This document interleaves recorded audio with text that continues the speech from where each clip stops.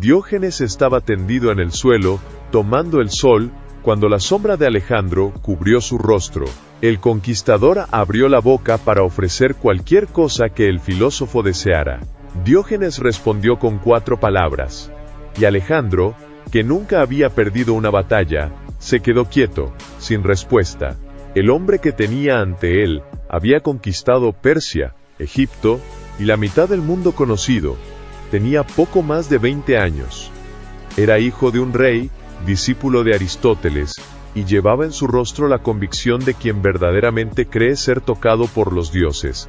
Su nombre era Alejandro, y había viajado a Corinto, la ciudad más concurrida de Grecia, no para negociar, no para pelear, pero ver a un anciano que dormía en un barril de barro. Alejandro se acercó rodeado de generales, soldados y cortesanos, que mantenían una respetuosa distancia. Su sombra cubría el suelo de tierra donde yacía el anciano, tomando el sol. El hombre del barril abrió un ojo. No se levantó, no inclinó la cabeza, no dije nada. Fue Alexandre quien habló primero. Soy Alejandro Magno. Dime lo que quieres, y te lo daré. Y el anciano, sin mover el cuerpo, respondió con una frase que ninguno de los presentes ha olvidado jamás. Una frase que no contenía ni insulto, ni halago, ni miedo. Solo una verdad desnuda, de esas que duelen precisamente por ser muy simples. Para comprender el peso de esas palabras, es necesario comprender quién era este hombre, dónde nació, lo que había perdido, y por qué, de todos los filósofos de Grecia, él fue el único que vivió sin muros, sin discípulos y sin vergüenza. Diógenes nació en Sinope, una colonia griega, a orillas del Mar Negro, alrededor del 412 a.C. Su padre era cambista, un hombre que trabajaba con monedas, y fue precisamente este detalle, el que dio forma a toda la filosofía de Diógenes, de una manera que ningún libro podría haber enseñado. Siendo todavía joven, Diógenes fue desterrado de Sinope. La versión más aceptada por los historiadores dice que él y su padre fueron acusados de falsificar monedas, de adulterar el dinero de la ciudad. Otros dicen que Diógenes participó conscientemente. Lo que importa no es el crimen, lo que importa es lo que hizo Diógenes con su exilio. Fue a Atenas. Buscó a Antístenes, el fundador de la escuela cínica, del griego kínikos, que significa como un perro, y cuando Antístenes intentó ahuyentarlo con un palo, se dice que Diógenes asomó la cabeza y dijo: «¡Golpea! No hay suficiente madera para obligarme a irme mientras tú todavía tienes algo que enseñar».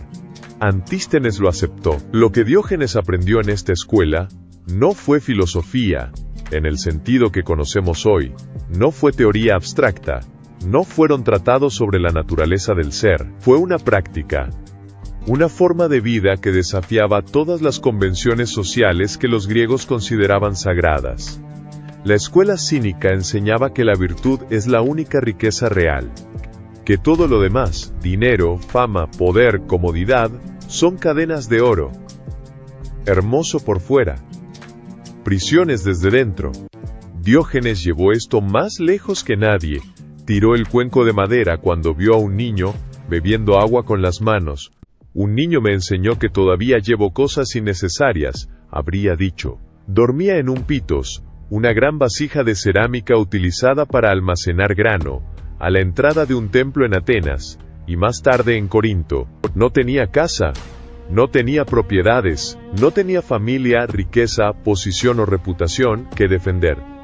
Y eso fue exactamente lo que lo convirtió en el hombre más libre de Grecia. Cuando Alejandro acudió a él aquel día soleado en Corinto, Diógenes no era solo un mendigo excéntrico, fue el filósofo más famoso y temido del mundo griego, no por lo que escribió, sino por lo que rechazó. Alejandro tenía motivos para querer encontrarse con Diógenes. Había crecido escuchando sobre el viejo del barril. Aristóteles, su propio maestro, habló de Diógenes con una mezcla de admiración e irritación, como alguien que había llegado a la misma conclusión de manera equivocada, o tal vez de manera más honesta, y Alexandre, que era joven, y todavía intentaba demostrar algo al mundo, quería ser aprobado por este hombre. Esto es importante. El conquistador más poderoso de la historia conocida no acudió a Diógenes para humillarlo. Debía ser reconocido por él. Cuando llegó a la plaza donde el filósofo estaba tomando el sol, Alexandre se quedó quieto por un momento, observando a aquel hombre de cuerpo delgado, piel bronceada por el sol, tendido en el suelo como si el mundo entero fuera su colchón. Los generales que rodeaban a Alejandro se sentían incómodos. No era así como se recibía un rey. Alejandro dio un paso adelante. «Soy Alexandre», dijo. «Dicen que eres el hombre más libre de Grecia. Lo admiro. Dime lo que quieres, fortuna, tierra, protección, y será tuyo». Los generales esperaron a que el anciano se levantara. «Gracias». Que tal vez pediría algo modesto, como hace todo sabio cuando quiere parecer humilde, pero aún así, aceptar el favor de un rey. Diógenes no se movió. Miró a Alexandre con esa expresión que quienes lo conocieron describieron como completamente carente de reverencia, ni de ira, ni de desprecio, sino de una genuina indiferencia que es mucho más devastadora que cualquier insulto. Podría ser una leyenda, probablemente lo sea, pero lo que captura esta escena no tiene que ser literal para ser verdad. El poder reconoce la libertad y sabe que nunca la alcanzará. Sal de mi luz. Solo eso. No hubo discurso filosófico. No hubo ninguna lección elaborada sobre la vanidad del poder. No hubo ninguna provocación calculada para impresionar a los presentes. Solo una petición directa: estás entre el sol y yo. Apártate del camino. El silencio que siguió fue el tipo de silencio que pesa mucho. Los generales no sabían si reír, protestar o retirarse. Miraron a Alexandre esperando una reacción, quizás enojo, o la orden de arrestar a ese insolente. Alejandro se quedó quieto por un momento, y luego sonrió. Se volvió hacia sus generales y les dijo, y esta es una de las frases más citadas de la antigüedad: si no fuera Alejandro, me gustaría ser Diógenes. Pero presta atención a lo que revela esta frase. Alejandro no dijo, «¡Qué hombre tan admirable!». Él dijo, «Si no fuera yo». Hay una condición ahí, una imposibilidad inherente. Alejandro reconoció la grandeza de Diógenes y al mismo tiempo admitió que él mismo nunca podría alcanzarla, porque para ser Diógenes tendría que renunciar a todo lo que era Alejandro. Y él no podía hacer eso. Diógenes, según la historia, no respondió al cumplido. Cerró los ojos de nuevo. Continuó tomando el sol. Hay una palabra griega que resume lo que tenía Diógenes: autarkeia, no independencia financiera. Sin acumulación, lo contrario. La condición de alguien que no necesita nada externo para sentirse completo. Quienes tienen autarkeia no rechazan regalos por arrogancia. Rechazo porque no había nada que rechazar. Para rechazar un regalo, primero debes querer algo. La frase de Diógenes no se refería solo al sol físico, se trataba de lo que sucede cuando dejamos que el poder, la riqueza y el reconocimiento de los demás se interpongan entre nosotros y lo que realmente importa. El sol allí era una metáfora perfecta, simple, libre, accesible a cualquiera, y bloqueado no por la escasez, sino por la presencia de quienes quieren impresionarnos. La lección de Diógenes no es que hay que tirarlo todo y dormir en la calle. La lección es más sutil y más difícil. ¿Alguna vez pospuso una decisión porque primero necesitaba la aprobación de alguien? ¿Alguna vez has trabajado más horas de las que querías para que alguien ni siquiera lo notara? Ese es Alexandre, parado frente a ti. No como enemigo, como sombra.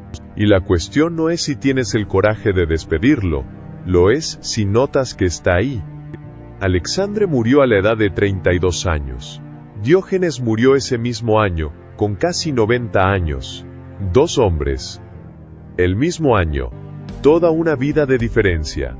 Uno de ellos construyó uno de los imperios más grandes que el mundo haya visto jamás, y no encontró la paz ni consigo mismo ni con la muerte que llegó demasiado pronto. El otro no construyó nada, no dejó ningún tratado, sin escuela formal, sin herencia material. Y sin embargo, más de 2000 años después, es su nombre el que surge cuando uno quiere entender lo que significa ser verdaderamente libre. Diógenes se llamó a sí mismo cosmopolitas, ciudadanos del mundo.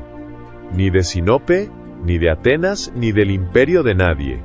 Esta palabra que inventó se convirtió en un concepto filosófico, luego político, y hoy circula en los tratados de relaciones internacionales.